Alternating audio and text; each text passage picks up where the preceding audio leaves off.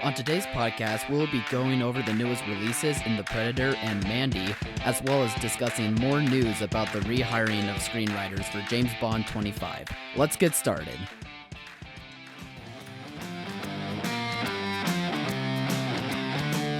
This is Off the Break Podcast, presented by Silver Screen Insider.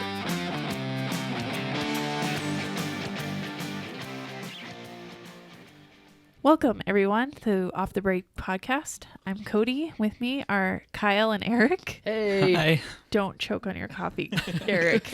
I didn't mean to slurp it that loud. I don't even know if it came up, but I'm sure we'll be fine. I'll hear it later. They love real. The audience loves real. I'm a coffee drinker. Yeah. They can relate to that, right? Yep. Yeah. They love the relatability. That's not a word. It probably is. Yeah, it is. I don't know. Real Although- stuff is happening. Kyle's heartless, and I think I know why, because he doesn't like coffee. I didn't until I started working here. Just That's a fits. And then I was thing, like, right?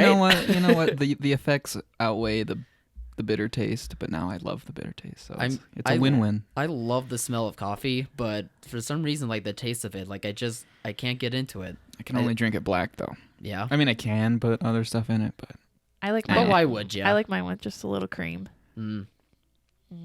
Hot chocolate it. for me. I'm right there. still- I'm right there with you. I'm still a child. I'll drink. so I'll it's drink fine. hot chocolate every night of the week. Yeah, even during the summer, Yes. which I have course. done. My girlfriend and I regularly go drive through City Brew or Starbucks or whatever, just pick up hot chocolates. Well, that's just cute. Really? Yes. Oh, those are like baby hot chocolates. I like adult hot chocolates No, I remember. they're huge. with peppermint schnapps. I remember one I've time had that, yeah. I went Yeah. to I think it was like a City Brew or something, and I ordered, and I'm like, okay, I'm gonna be that guy and order a hot chocolate, and Yeah. and she was like, why? Yeah, That's usually not they're weird. cool Why is about that it. weird? I was kind of shamed once though, not by the person who worked there, but Okay, by the I was person gonna I was say. with. Like, seriously? I'm like, what? Yeah, It's delicious. my cashier was awesome. You she don't was stop like, liking it just because you reach an arbitrary age. right? That's what I'm thinking. No, and you add the fun adult things. Yeah, but you can't always have it with schnapps. Yeah. Some of the Yeah. time You probably can. could. I could. You could. I sneak it. Not a Anywho. lot of schnapps Anywho, to flavor it. Okay. The You Predator. You guys saw some movies last night. Kyle saw The Predator. I sure Kyle did. saw- I saw Predator. Mandy. And I delegated my viewing responsibilities to my better half. He's a big Predator guy. He is such a big Predator guy. He loves 80s, 90s action movies. And so he's stoked by all these remakes. Well, He's yeah, all for it. yeah. I ran to him this morning. He was saying that he thought it was his favorite movie. So Of the good- year. Of the year. Good for Oh. him. That's Yeah. awesome. Yeah. He was Um, talking it up. So I have yeah, all the good details sure. from him about it. Well, Would you call it the best movie of the year, Kyle? No, no, I wouldn't, and I won't dive into the juicy details like I will. your husband did. Perfect, awesome. Yeah. Um, I will spoil it for everybody. I will say I do think it does entertain, like what made those type of movies special. That he was saying those 80s and 90s flavor. I think it kind of walks along that line of having that tone. Not quite as much, like it doesn't go full on into it, but with its comedy and with its the gory aspects of it, I thought all that worked really well and embraced that part of those type of movies. And the chemistry between the cast embraced that as well, and they had fun with it, and you can tell that they were just enjoying working with each other and enjoying just being able to make a Predator movie, and especially with Shane Black too, who was a part of the first one. So, but unfortunately, which I did not know. yeah, a little bit now- of trivia. and now you do. Not only was he a ghostwriter on there, but he was also a Hey, that one guy of the looks like stars he on could there. be a soldier. Let's Yeah. throw him in. Well, him not maybe not as I don't know, are much they as like soldiers? Arnold, but Yeah, yeah. Let's put anybody next to Arnold and yeah, for sure. But sadly, I didn't think its overall story worked as well. I thought it was trying too hard to overextend or to extend the mythology of the Predator, instead just overextend it to a point where it just got too convoluted and just became uninteresting because it seemed a little pointless at points. And also, I just think its execution with how the story beats it went along to try to explain this story was just either a bit too much that it became unnecessary, or just bad decision making and it just didn't make sense. I mean, it made sense in terms of the tone of this movie because it is the Predator and you're supposed to have fun with this. And I think some people will. Like, especially my theater, I know, clapped at the end of it, so they had a ball. They were having a great time. But I just was able to see these problems in terms of its plot and how it's executed, to where I think it failed on that level. But if you're looking for just a fun time in the Predator universe, I think this could be it. Yeah, I agree. My other half that I delegated this to really enjoyed it. He felt like there was some weak points. I wouldn't say like in the story, because come on, it's Predator. You're not going to get too much of a story, but I don't know. Yeah, I get what I you're think saying. the movie works though with the fact that there's this alien hunter here hunting humans. Like that. Yeah, I mean, that's all you need. That's all you need. Yeah, and that's fair. That's why the first one worked. Yeah, and so they added this extra layer of this kid and his abilities, and I won't go too much into details, but my husband felt that it was a little awkward. He's like, I get why they chose to tell this story with this kid. They didn't need to do it though. And that was the same with Olivia Munn's character to an extent. She wasn't bad. I don't think she was miscast like some people say she is, but just her story arc and her reasons for being there, I don't think were what's kind of her necessary. what is her character? Like what's she like? She's a geneticist, so she's that smart but badass woman that comes in, and the badass part comes out of nowhere. Right. but she's supposed to be like really smart geneticist. So has she been like tracking the predators well, she's for a been long working time? with them and like has this knowledge of them. So when it crashes, she's like, she already knows what it is and what's going on? No, actually not. Right. But she knows what a predator is. And she's got some theories. I think that's what I was led to believe, that she knew what a predator... That's not what I was led to believe. That she knew what it was, and she had some theories on their motivations. Maybe the movie is a little cluttered and messy and not very clear in parts. Yeah, that's what the execution part of the plot comes in. Like, there's just stuff that doesn't make sense. Like that, for example. I think it's not that big of a deal. Like I said, that character could have been thrown out, and you could have probably told a simpler movie. I kind of thought that it was a little silly, like when my husband was describing this character and the plot and stuff. I was kind of like, why do you need that? Did they only add this character to add a woman to this? Like, I don't know. Why couldn't she have been a soldier? Why couldn't she have been a soldier scientist? I mean, there's a lot of ways you could take it, and I just thought that I feel like was with these types of movies, you know, where you bring together like kind of this ragtag group of people, it's easy to, before you realize, have like one or two too many characters,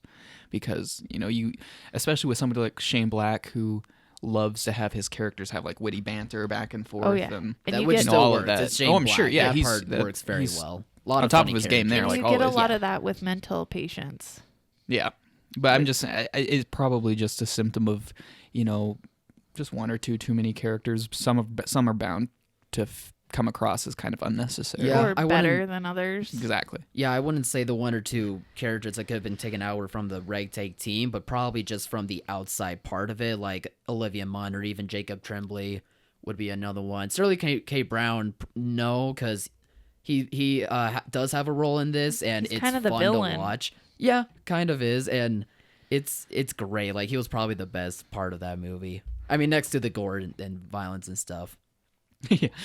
Gotta have that stuff. You know, that stuff was really fun. I've heard critics complain about that part. They think of it as a negative, and I'm just like, why? Like, well, that was again, cool. it's these the Predator, based on everything leading up to it.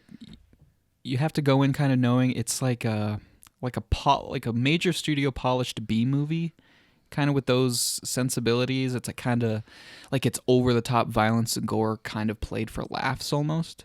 You know, just how ridiculous it is. It's not like a ha funny. It's just like you laugh because it's so like, it's like, my gosh. my god. Yeah, I would say it definitely did that in the movie. And you know, that's exactly what I'm expecting when I see it tonight. So you should. I'm guessing that a lot of people just, again, it's kind of cliche to say, maybe it's a cop out, but you have to kind of know what you're getting into.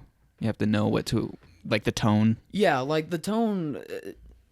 If I remember what I said earlier, like, the tone wasn't the problem. It was just the execution of how it was trying to play out his story, I felt was the weakest part. Which is weird, because Shane Black is usually good at knowing how to execute a story well. So I was a little disappointed by that part. He falters now and then, but...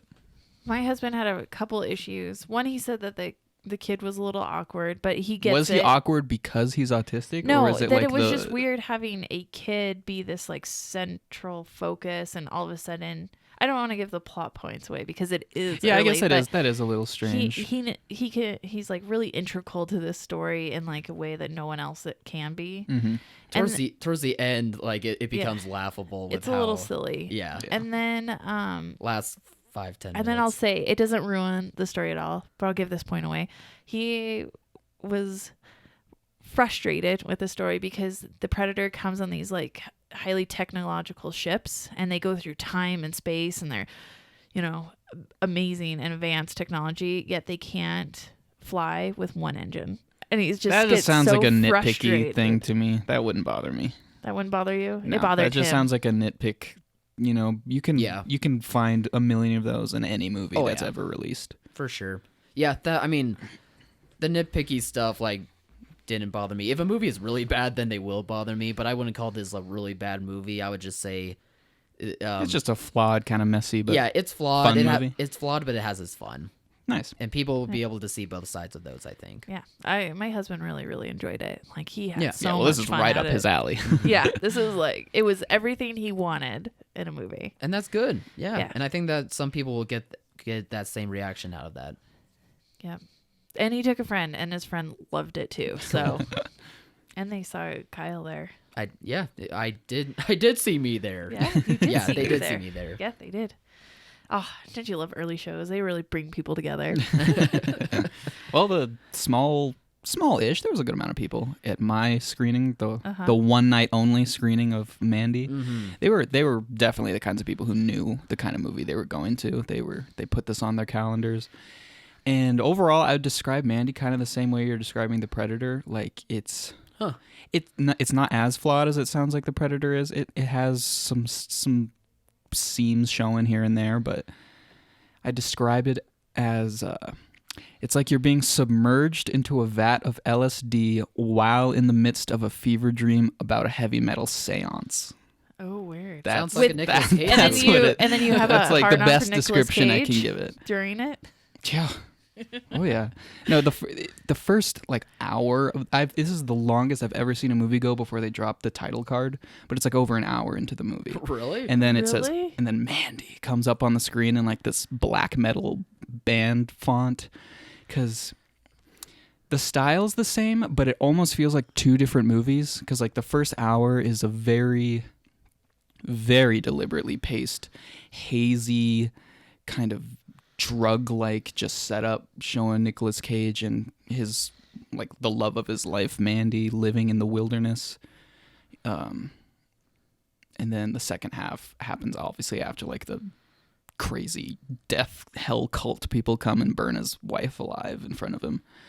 And then he gets revenge. But it's nice to listen to it without so much context. No, it's hard to describe because the movie it's incredibly simple. Like I just said, his wife is killed by these cult people. He gets revenge. Mm-hmm. But it's really hard to describe because it's just so stylized and so, I don't know. The director knew exactly what he was going for, but it's not a mainstream movie. Doesn't sound like it. No. It really oh God, doesn't. I loved it, but you know, it's for a certain demographic. It's for a certain kind of cult film group. Probably why it was. But a Nicolas one-night event. Cage was absolutely unhinged. It was amazing to see. But it wasn't just like crazy Nicolas Cage. Like he goes through the whole spectrum. He's fantastic in this movie. Nice. But there's one or two too many scenes that kind of bring the whole thing to a stop. There's one or two too many like fade to blacks, and then he has a weird dream about his wife that are all like cartoons. It's weird. I don't know why it's all cartoonish. What, you don't dream in cartoons? Not these kind of cartoons. And then, you know, it just kind of ends. And I was trying to think over it afterwards. Like, I wonder if this is getting at something. But honestly, I think it's just a simple tale of a guy literally going to hell and back to get revenge. So a lot of people I could see will describe it as style over substance. I don't think that's totally fair, but it's hard to argue that it won't come across that to some people. Okay, so Upgrade and Mandy have basically the similar story points of a revenge tale. Yeah. Which one do you like better? Yeah, their stories are the same, but they couldn't be more different. Oh, for sure. But I'm just curious. I just want to have fun with this. I don't know. Overall, I would say that Upgrade's more rewatchable, but more. I remember, maybe it's because I just saw it, but more parts stick out from Mandy for me. Okay. Just because it's. You had There's more just of a nothing visceral else like it. reaction to it. To Yeah, Mandy, that's a good way of describing the movie because it's very light on plot. It kind of meanders here and there, but it's just kind of like this, pure emotional level that you kind of it just grabs you and drags you along to wherever it wants to go. Yeah. And if you're all for that, then you'll have a great time. But I imagine a lot of people would turn to this off before 15 minutes. Is there a longer release? Because at our theater, you said it was a one-day only thing, but is that the same everywhere else, or? I'm not sure exactly because of the distributors. It's like what, RLJE Films or something. RJLE. Was it a special event film? No, I don't think it was a special event. But I think maybe it was just with Regal because they partnered with Regal to have this special one night only. Because in some of the bigger cities around the country, they have like it is kind of like an event in these bigger cities. It's like a get together viewing party. They give you pins and merchandise related to the movie. Then, yeah, maybe it's just that then. Maybe it's just a partnership with. Was that it good theater. seeing Nicolas Cage in something again that? Oh yeah.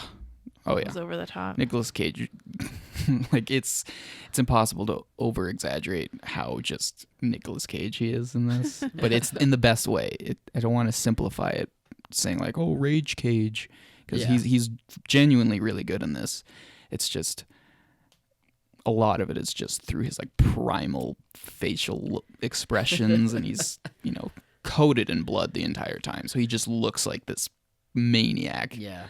Like he literally becomes some hell demon that he's fighting. This is a normal day for him. Yeah. So yeah, at the end of it, I had a lot of questions. A lot of random parts in it seemed totally out of nowhere and then never came back in again. But somehow it all fits with just this acid-laced, just hallucinatory experience. Huh. Yeah, it's so hard to describe with words. Yeah, that sounds like a cop-out too, but I don't know. Well, with a movie kind of like that's just so far out there, like sometimes it is. There's just, I don't know. There's so many little moments where the people in the audience would cheer because it's just so unbelievably badass. It's like Nicolas Cage murders some hell demon, and then he like grabs this shard of glass that has cocaine on the ground and just like snorts it all into his nose before he grabs his like chrome axe and just goes to town. Jeez. I don't know. It's full of little moments where you're just like, oh God, yeah. Well, hopefully we'll have our reviews for these movies up soon on our site, so maybe you'll be able to explain it just a little bit. Yeah, more I'll then. definitely have to take some more time and articulate it better. But were you able to sleep after this? Yeah. Oh yeah. That's It was disturbing, Eric. It's just a bedtime movie. No, like, you just lulled you right to What's wrong with that? I don't know. It is one of those movies though, where like just some of the imagery and like the cult characters just kind of linger in your head, and it's just really gross. Nope, no thank you. I don't want a film like that. It was great. If anything lingers, I want it to be happy and positive. He got revenge. He killed the evil cult members. I'd say that's pretty happy. Good job, Nicolas Cage. Yeah, so on one end we have this crazy like comeback auteur film of Nicolas Cage. Yeah. And then we had a commercial like remake of a 80s 90s franchise. And they're both really good in their kind of own right. Have really different reactions. I don't know if you believe me. He's really good.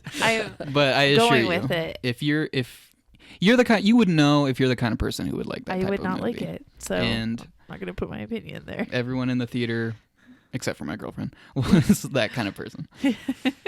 You lulled her. Yeah. She didn't hate it, but afterwards she was just kind of like. Did she feel betrayed? That like, was really. why did you that do was that just to really me? gross and. Ugh. It's like no, I can't deny that. Right. It's a disgusting movie. I just loved it.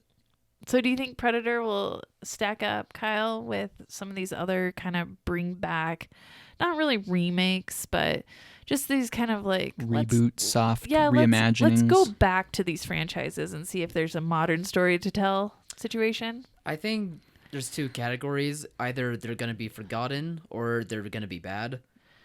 And I feel like this is going to be pretty cynical. But probably true. I can't really think of one that's worded that well in that realm. I think that maybe one in the sense where it's a different story, but it really like pulls to the original. Like the one I'm thinking about is Creed. I feel like they did a really good job with that one of bringing. Yeah, okay, I'll give you that one. It was like the a Rocky continuous- series so is there's- totally comparable to Predator, though. There's three categories then. It's Is Creed and yeah.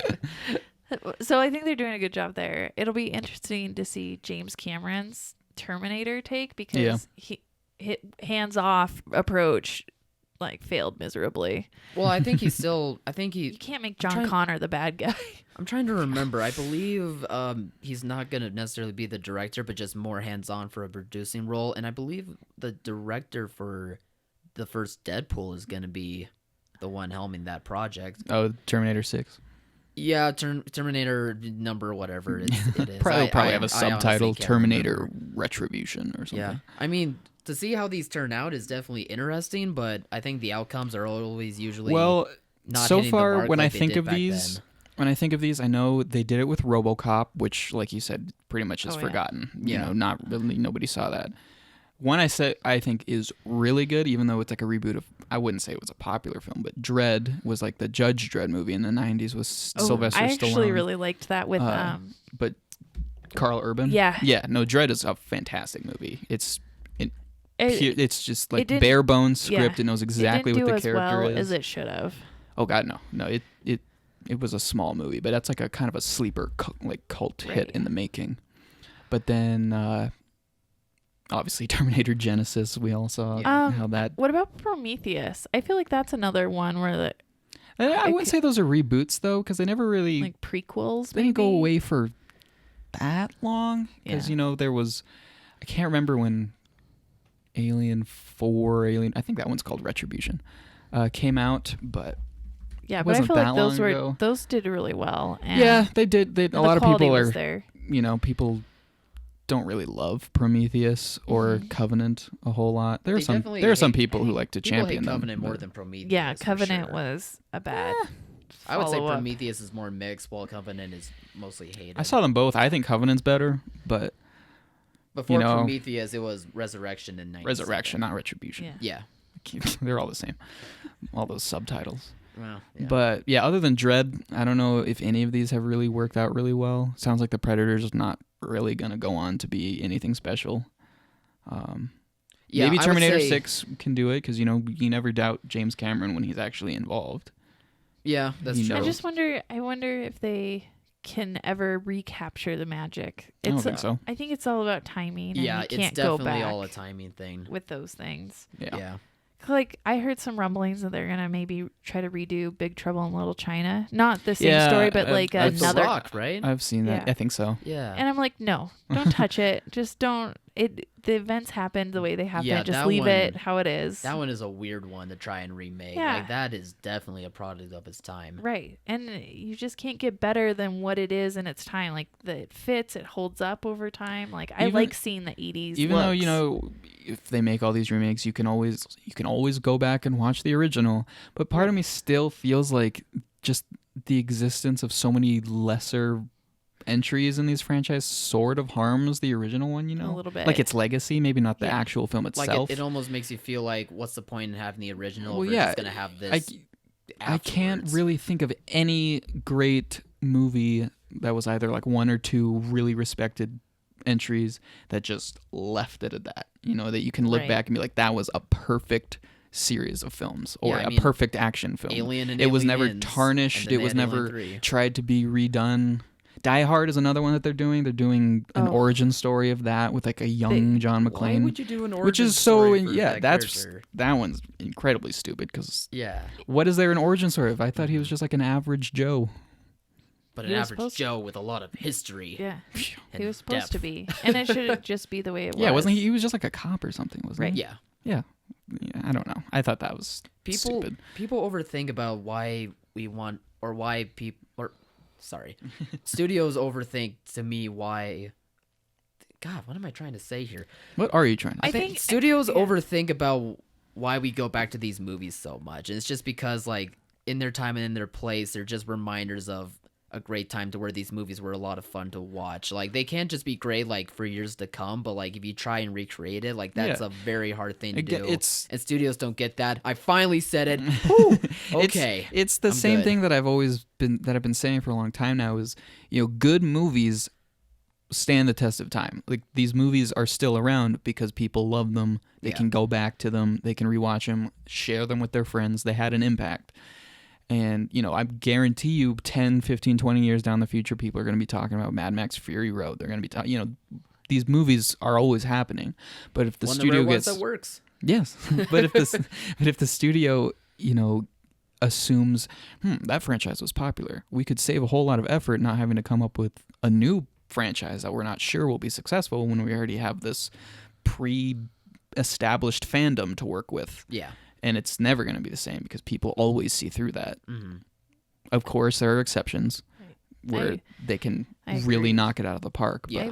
I absolutely. think the problem is that studios are having a hard time marketing in this new age, and it's just so much harder to market on name and brand recognition when it's something completely new. Yeah. And so That's a good point. I Because like yeah, that. Go it's back. kind of a hard abstract thing to market something new based on like, concepts. yeah, like this is gonna be really good. You don't know that yet, but Right. trust us, this is gonna be the next thing. And I think you got That's a really away, abstract thing to capture in a Right. marketing I think campaign. you got away with that before because people trusted actors. Like, oh, if this actor, like Arnold Schwarzenegger, Yeah. was going to be in this film, I'm probably going to like this Yeah, film. no, we've talked Oh, about yeah. that before. Now And it's now it's a lot there's more none of brand that. loyalty Yeah. instead of like movie star. Now you don't have that appeal. anymore. And so how do you market something that's like, this is a new brand? The closest thing is like, but it's unfortunate because it never really reaches the masses. But these festivals, these movies get tons of buzz and acclaim, but it's always from these more self-contained people who are looking out for this stuff. Yeah. They're seeking it out. But those articles like this movie got a bunch of buzz at this festival, this festival, this festival, and this festival. That doesn't reach No, because I You know, think mass festivals have or this the mainstream. feeling that the people that attend them are not mainstream moviegoers, obviously, and so Some of that them, their yeah. opinion is maybe like uppity or too Well, upscale. there's definitely some people like that. So when you A get, lot, probably. yeah. So when you get, I would say the majority. So when you get the majority of people being like, "Oh, this is really good," I don't think it translates at all from the festival circuit to mainstream circuit. And I I don't know if it's that simple. I just feel like there's a divide where people in the mainstream, kind of like what you're saying, Right. they see those people as kind of thinking they're, better or Right. they have better taste. So maybe that will color their interpretation of those people's as recommendations. like they don't like what I like. For so all why they do kn- I yeah, care? for all that they know, like it? those movies are gonna be genuinely great, and they would probably love them. But there is a mentality where it's like it's been around for forever, where it's the critics don't know anything. They're just trying to tell people what's good and what's not. They're so out of touch, and there's just not really a motivation to try and cross that divide Right. and check No. out these movies. That's too much effort, Eric. People don't It's want not to make much that. effort. I just don't get it. But no, I agree that they have to find a different approach to market, riskier movies that are the kinds that we need. They're not. Yeah, they're not making riskier movies anymore. They Anything have been for risky a is while. going to streaming. The last big risk was probably the MCU. Like big budget risk, What? you mean? Like No, mainstream Dark risk? Universe. Yeah, I don't know. It's not a risk. Well, is Well, I it mean, a at the risk if time, it's not 'cause- successful. Wait, yeah, that's Yeah, of course never it is. mind. I answered my question. Yeah, that was dumb. No, but I mean, like, Just well, ignore me. I take that back though. There's always risky studio. Like Dunkirk was probably incredibly risky. box office. I think that was how risky it- for the American audience because it wasn't a True, yeah, American it's- story. Yeah. That and for its type of storytelling, like it wasn't like a No, it's a true very narrative. experimental, non-conventional take on what used to be one of the most mainstream genres of all. You know, like a war movie. film. Yeah. You know, that's a very appealing genre to a lot of different demographics. Mhm. And then Dunkirk is not at all like any other war film that's out, but it still did really well. Yeah. But you know, that's one movie out of all of the other One out of blockbusters. 20 non-risky ones. Yeah. No. It makes me kind of sad to see some remakes, but then on the other side, you get people like my husband that just like they relive some of that through them. So you just hope that they do it well enough that it feeds that Yeah. need to have that kind of fun, actiony, that kind of not story, but just movie, that kind of easily consumable movie. And I don't know if we're getting that as much anymore, but I'm good to know that I think Predator will do well, not great, but well. I wonder, do you think it'll get a sequel? Because it obviously sets up for one at the end. But do you see it actually a sequel maybe actually if being the made? budget is smaller? I'd be surprised if Straight there to was one. Netflix. I would be surprised if there was a sequel soon. Okay. Yeah. If there is, it won't be a sequel. It'll be like, let's take another stab at this with Another reimagining Yeah. from the Predator's point of view. Oh, jeez. But That's another- just a scary thought. Another Life in the film Predator domesticated Predator household. If they did that, that would ruin. I do think that would ruin the franchise because that was the whole point of that movie was the opposite of that. It's because you didn't know what it was. Yeah. But that is just was a killing machine. Anyway, that It'd be cool if they had a female Predator. Just saying. no, I'm just That's kidding. I don't know. that's like one way that. What makes might you be think that's really not cool. we already haven't seen a female predator? Are the Predators What if the- explicitly ever shown to be male? gendered? I mean, I'm guessing they're. I don't know. Yeah. I mean, it's pretty What obvious if that Super they're male. Predator But was a female? That would be the awesome. Queen Predator. And she's like 11 feet tall. And Maybe there's a writer that'll go out and just be like, "Yeah, it totally was always supposed to be." Is the Super female." Predator cool, or is it just kind of like It's a bigger it's predator. it's Predator but bigger? There was actually I don't think this will give anything away, but there was something where you were supposed to see the Super Predator like change itself somehow, and Olivia Munn was like, "Did you see that? It did this," and I'm just like, "I did." It looks the exact same. So it's pretty much like kind of what was bad about. What was part of how bad Fallen Kingdom was is because like here's a super dinosaur. It was just like a larger It's like what's so super pterodactyl or about it? whatever. You It's like- know, it's just I guess it's taller. yeah, exactly. So it's just a bigger one. bigger Predator. Yeah, that seems like they should have gone like all out on the design for a Super Predator. Like, go crazy. Yeah, you'd think, but Oh well. they didn't. Oh well. One franchise that I think rolls and it gets better with age and can kind of like reinvent itself over time is definitely the James Bond franchise. And that- Good segue. yeah, and they're I don't know if I true. agree with it. True. I think it's always been pretty good, but it's always had I think it's always, stinkers here and there. yeah, but it's definitely a product of its times. Like, Yes, but I mean, not a whole lot of people are going to be championing Spectre as one of the best James Bond No, movies. Not there- a whole lot of people. But I'm saying the look and the tone definitely have the feel No, of the era they're created. Yeah, in. it's very good at not adapting or keeping up Yeah. kind of with the the times. technology Yeah. and the aesthetic of the Yeah, time. like Skyfall doesn't feel dated at all, even though the character's Right. been around for forever. I get what you're saying. I totally agree with that. But yeah, that was a great segue into into Bond 25. Right.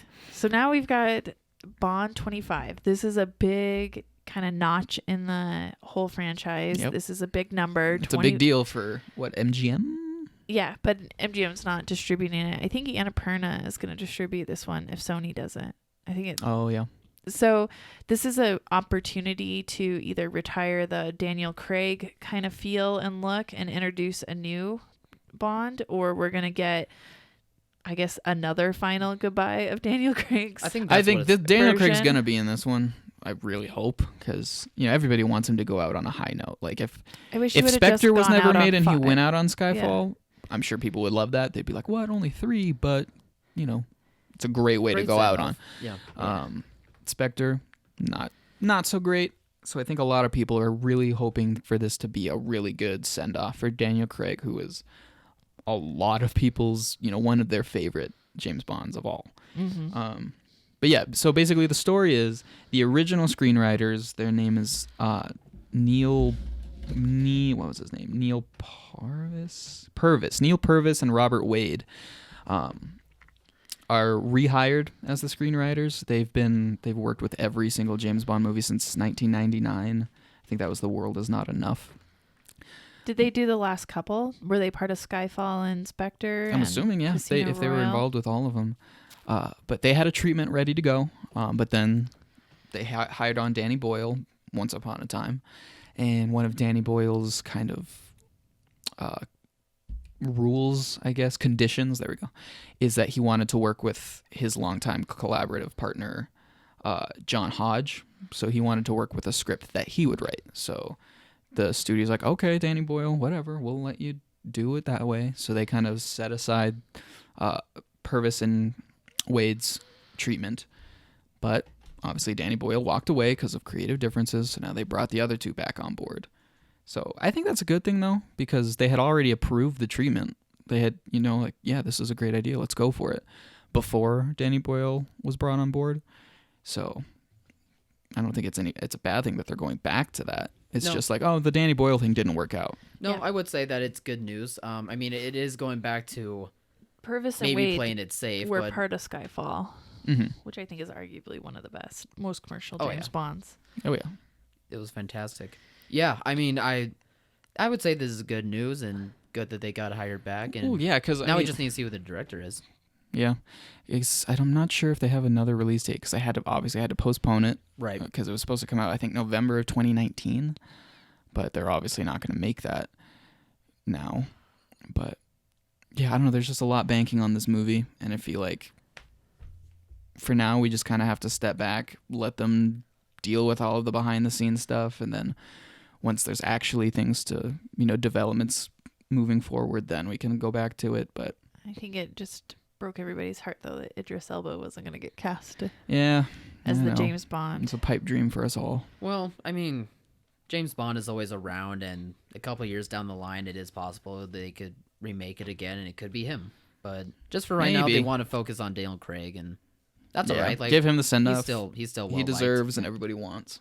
Yeah, and like you said earlier, like he probably deserves a better send off than Spectre. So Yeah. let's give him I mean, that. to be fair, I didn't hate Spectre as much as its general reception would show, but it's definitely a step down, and I would like to see a comeback. Yeah, definitely. Well, that's what's nice about low expectations. Yeah. They're easily met.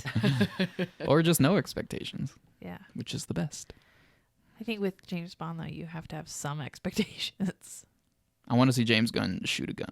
I would like to see James Gunn shoot a gun, too. I want to see James Gunn as James Bond. Can we make that happen? I just want to see James Gunn again. Yeah, they'll come back. Well, yeah. Well, that kind of wraps up Yeah, short and sweet. this week, and we're gonna see some more films over the weekend. Anybody I'll gonna catch go The Predator, see how Simple I- Favor? See how it resonates with me. I will not be seeing A Simple Favor, but I probably won't either. I might try and find time to get White Boy Rick. Hopefully, I can make that work. I forgot about White Boy Rick. Mm-hmm. Yeah, though it's kind of a weird one. I don't know what to think of that. I feel like it's too upscale for what it's trying to be. But What do you mean by upscale? Like, it's definitely more like needs a more narrower audience. It's just definitely not commercial. I don't think people really like movies about gangs and drug dealers unless it's just over exaggerated. And this one's more gritty. Kinda. I don't know. I can see it. I mean, it's not going to be big, but Right. I think people generally like those based on a true story, stranger than fiction type movies. This story is definitely stranger And than fiction. I mean, crime is very popular. everyone but- loves crime. People I know, love but I crime. just think like mass commercial audiences aren't really going to care about a 16-year-old kid becoming this like drug lord. Maybe. I don't know. It's an interesting story, but I don't think the movie itself is doing too amazingly. I should Like, just say I don't think it's going to play well in small town critically. America. That's a good way to put it. Yeah. Yeah, I think it's definitely in like an urban city, Yeah. maybe where they can relate a little bit more to it. But even still, the audience for the audience interested won't be a big one. No. Probably why I forgot about that movie, honestly. It's like, oh yeah, Yeah, are you that one's interested in coming it? out. Not really. No. I kind of want to read the article about it first, because the actual story, I believe, finally got debuted in 2014, so it wasn't that long ago. Oh, like unclassified, declassified. Yeah, I forget who the author was from what magazine, but yeah, it was only 4 years ago when that story finally got uncovered, and I kind of want to read that just because I kind of want to know a little bit more before I go into it. I just don't think all real stories deserve movie treatments. No, This one just seems like sure. I've silly. I have like a weird distaste for based on a true story recently. I don't know why. I feel like there's a lot of that. There's always been, but I don't know. Maybe since The Imitation Game, I haven't really come across one that I thought was really good. Mm-hmm. Maybe First Man will be really good. Did you like Imitation Game? Yeah, We've had this conversation. I liked it. I didn't think it was anything special. Yeah. I'm not surprised that nobody talks about it. How'd you feel of Cumberbatch's performance? I thought it was fine. Okay. Everything about the movie just You're wrong, seemed but like okay. like those classic Weinstein Company Oscar baity kind of movies. Yeah. It might have been tainted because I think it did come out Well, the movie's just not that good, and it's around there. of No, all it- true it of all definitely based did, on a okay. true story movies. That one is ridiculously inaccurate. Right. Like it's crazy. Mhm. So that's kind of hard to like it too because of that. Yeah. It's for true stories. It's just hard to toe the line between telling like the actual true story and like having to change things up so that way it can appeal to a bigger audience. Like I think that's always been its biggest problem. Yeah. So. So it'll be interesting to see how First Man turns out. Yeah. Anyway, might see White Boy Rick. White Boy Rick. Okay. And you're seeing Predator. Yeah. Sounds like it's going to be a good weekend. I know I'll have fun. Yeah. Well, take care, everyone. Bye. See you later.